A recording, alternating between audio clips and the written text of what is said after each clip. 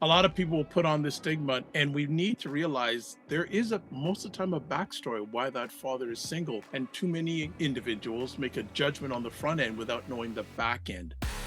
Welcome to the Dad Central Show, the podcast that helps overwhelmed dads conquer stress, build confidence, and become the father their family brags about.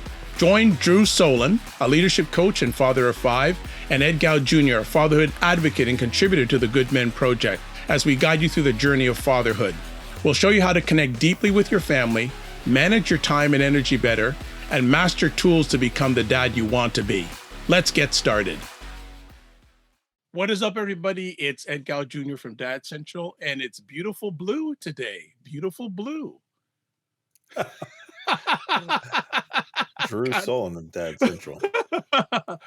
What's going on, Drew? You know, it's summertime. We have had a heat wave, and it's been good to get outside, but also nice to get into the air conditioning when we need a break. 100%, 100%. Well, let's get into today's conversation. We're going to be talking about this subject. I'm going to lead with a question first. Ever feel like you're carrying the whole weight of fatherhood on your own? Interesting fact, 1 in 5 single parent households are led by dads, and yet most resources still target moms. So today we're going to be talking about single fatherhood, finding community and support. And today's goal is to help single fathers find strength through support and real connection. And we're going to cover 3 topics or 3 areas: the emotional reality of single fatherhood, where community begins, building a support network, and then finally what happens when dads find connection. So, Drew, before we jump in, anything you want to chat about before we get into it? No, I think this is an important topic, and obviously with my lived experience, I have some perspective to share with it. But yeah, I think this is will be hopefully valuable for anyone who's listening, or anyone who's listening who knows a single father out there. Excellent. Well, let's get into our first area of chat, the emotional reality of single fatherhood. What are some of the challenges or emotional challenges you feel that single fathers are faced against or face? Yeah, this is a tough one. Tough one because it brings back, that lived experience, which was, in my circumstance, a very high conflict separation, a lot of negative circumstances involving child welfare, child and family services, family courts. Anyway, so to speak broadly, I experienced a lot of isolation. I know in speaking with many other fathers, isolation is pretty significant. They feel alone, like nobody understands them, nobody believes them, nobody, is there for them.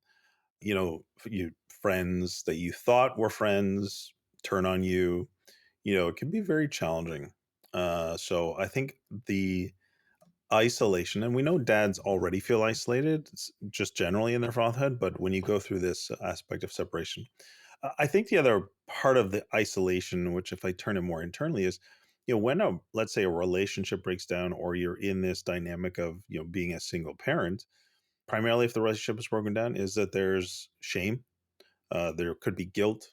There's all the aspects of the dissolution of this relationship and what comes of it, and all those emotions are pretty significant as well. So you can't just put one sort of label to it, but I would say the emotional just upheaval of a relationship breakdown, or having to parent and take on these responsibilities that are all now on your shoulders that maybe you previously were shared.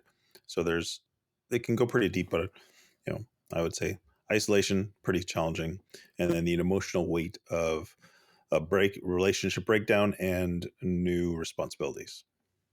Okay. Okay.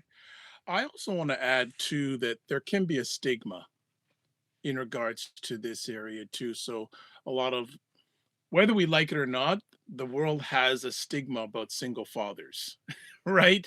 And a lot of people will put on this stigma not knowing the backstory.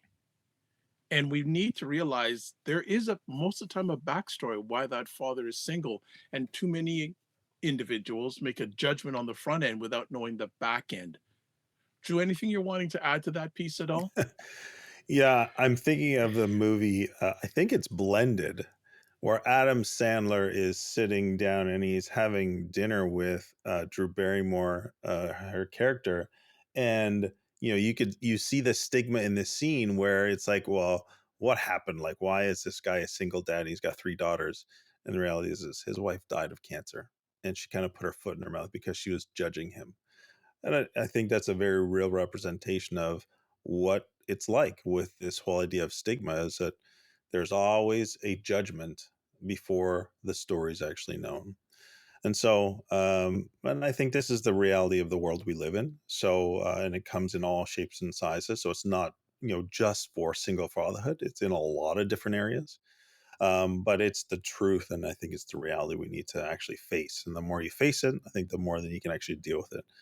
I'm not sure if this is answering your question, but there's another aspect of this idea of, when you are a single parent, it sometimes can be all on your shoulders. So whether you are, the fortunate situation where your partner passed and you are the sole everything, that's a lot of weight, a lot of responsibility, and there could be this idea of decision fatigue, or this idea that I know I'm being judged, so I've got to really have it all together. I got to make sure that I've got answers to everything, and that can really push people to really to the place of like burnout or overload and overwhelm, and that could be quite challenging. So there's a lot going on, and of course, single moms face this all the time. So we're not. The goal here is not to dismiss the challenge of single parenthood, but it is to focus on the needs of single parents and specifically single dads because there don't seem to be the resources and support or even acknowledgement of the challenge of single fatherhood. Nice. What are your thoughts, Ed? Yeah, I fully agree with all of that. And this having it all together, dads and male caregivers, people expect us to have it all together when we're with a partner. The pressure sometimes gets even higher when you are by yourself. You're doing it on your own. So the pressure is only going to increase and rise. So relieve that sense of having it all together. At the best of times, no one has it all together, right? You may have it all together for a minute, then next thing you go, bang, etc. So we want to leave this point with this message. It's normal to feel overwhelmed, and you're not alone in that. So you're not alone in that. So take that weight off you. You're not the only one. Let's move into our second point here, where community again begins building a support network. And I know, Drew, this is one of the foundations in regards to your passion with fathers, a support network. What are your thoughts on that?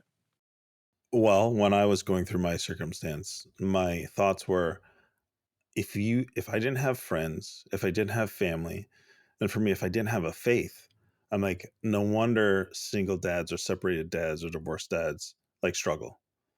I mean, I was struggling as it was, even with all of that. So to me, it was like, man, I understand why it's you see some of the you know really awful stories that come out of the results of how single fathers struggle. So and I, as I said, I had community, but I was fortunate. I've told this story a couple times recently. Is that when the separation happened, which was I call it a shock and awe campaign. It was kind of like pre-planned for over 2 years to really pull the rug out from under and it yanked the kids away from me in a really a horrific way. But I had already had I knew stuff wasn't right, and so I'd been reaching out and I'd had a meeting set up. So separation happened on a Thursday afternoon. I had a pre-call on a Friday with a counselor, and then we set up regular meetings. And I started meeting with him on a Monday, the next Monday, and we met every week for that first year, and then I shifted to every other week for the next full year. And so to me, that was literally one of the things that was most crucial to me. Of course, I had family, I had really good friends. The other story I'll tell is that separation happened in March. And then by about beginning of August, I made a decision to go for a little bit of a road trip. And I had two good friends in the London, Ontario area, and then I had another friend in the GTA. And it was about 3 or 4 days where I kind of went and I spent time with my friends and their family. People who loved me, people who cared about me, people who knew me, knew who I was, and really just I'll say loved on me for that time, and I could just reconnect and be myself. And that was to me such a crucial step to take to re-engage and be with friends, because up to that point it was pretty challenging. In fact, it was a we won't go into the details, but it was a really awful, anyways, awful summer in many ways. And so that connection with friends, people who knew me and understood me, was so rejuvenating, to help me keep going through some of the challenges that were obviously ongoing. So, the takeaway is, start with what you have and what you know, and that is trusted. So, and it doesn't have to be big. It could just be one person. I was fortunate to have my parents. They're an immediate lifeline, and they were there right from the beginning. So, start by reconnecting with one friend or one family member that you absolutely trust and can be some support for you through there. Ed, what are your thoughts? And you've obviously supported fathers for a long time. Yeah, How else yeah, with dads? I can't, and just piggybacking what you're saying, whether you're with a partner or not, if you're a dad or a male caregiver, have at least that one person. And it's interesting because when I asked dads, fathers, male caregivers, if there's an emergency that happens at 3 o'clock in the morning, do you have a guy you can call? And a lot of times they don't have anybody. So one of the calls to action I would say is, if anyone listening, if you're dad, father, male caregiver, if you know someone like that, ask them if they have that, and if they don't, have them get one on board, because it's really so important, especially if you're a single father. Yeah, there's also, you can explore local meetup groups, online support groups, leverage school events, community centers, or shared interest groups. And I just want to end this point with saying support doesn't have to be big. It just has to be consistent. And you were sharing, Drew, that you have that consistent network or that consistent go-to. Whereas when we're broadcasting, we're in baseball season. Drew played baseball in the past. You have someone in the bullpen. You have your closer in the bullpen that you can go to help you get out of that jam, so to speak. So that is really good. Go ahead, Drew. I think you want to Yeah, add I think something to that's a that. very relevant point. In any time, I think as parents, it's important. Well, so to me, is this is a crucial, almost more of a life piece, but it's certainly the importance of it escalates in single fatherhood. This lifeline, this trusted friend, this resource is I think just so powerful and important. And I think of the challenges or barriers that fathers face, especially single fathers, their own hesitation, their own nervousness. How am I going to? We talked about this stigma before. You know that you're already being judged before you even, let's say, open your mouth, or as you kind of walk into this place. So just know that there are resources out there where dads can understand your story, can understand your journey, and are there to help support you. And that is one of the things that we've done here at Dad Central. We created our dad mentor community for this very reason, because we knew dads need a safe place where they can come and connect and feel heard. And this is a story of a dad we just met with recently who just joined our dad mentor community. And one of the things that was most valuable for him is, I finally felt like I wasn't alone. Other people knew what it felt like to go through what I was going through. So it's so powerful and important. Community is and building your support network makes a huge difference. And our third point today is what happens when dads find connection. And Drew, you've been sharing a little bit about that. Maybe you can go a little bit more into it when those dads find connection. Yeah. I mean, if I just think about that first weekend, I was a highly stressful circumstance in every single way. And after that time with friends, my stress, I guarantee you, was way down. Emotionally, I felt recharged.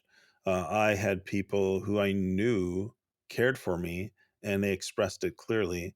And that made all the difference in a circumstance where I was really questioning myself and wondering, like, what am I doing wrong? And why is this going on? And that really was helpful. The connection piece of feeling heard, or being, like, it's okay to actually share, is that as I would share with close friends or other people that were trusted, I began to learn a lot more.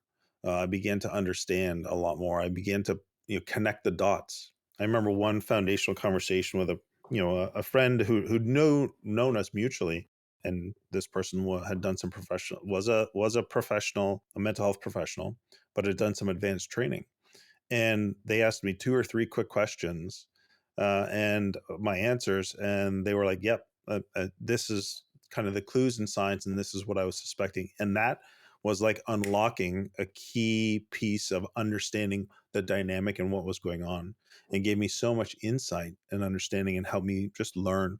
So to me, that those are some tremendous benefits there. Anyway, so I'm sure you've got something to share though too, Ed. Well, you know that having that community can be transformational. And I feel that either if you're watching or listening to this, you can hear through Drew's voice that it's been a transformation for him.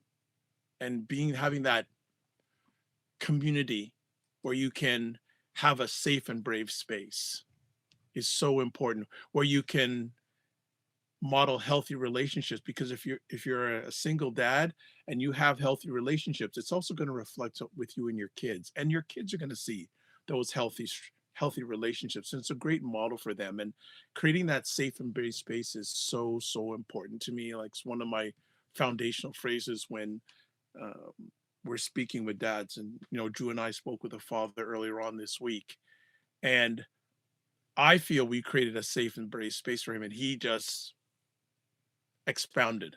And Drew had spoken to him previously, but with Drew and myself together, he added on some stuff that he had not shared with Drew. So creating that safe community, non-judgmental, is so important, not only for you as a dad, but also for your kids. So those are the three things we're going to chat about today. We talked about the emotional reality of single fatherhood, where community begins, building a support network. And then finally, we talked about what happens when dads find connections. So, some key things I just want to add: you may be a single dad, but you don't have to parent alone. And then I want to challenge anyone who's listening to this: if you're a dad, father, male caregiver, or if you know one, reach out to one other dad this week, even if it's just a text. That's one of the things I do with a lot of dads. I'll just send a text message saying, "You good?" 2 words. 2 words. And that simple check-in can make a whole heap of difference. Drew, anything you want to add before we shut it down?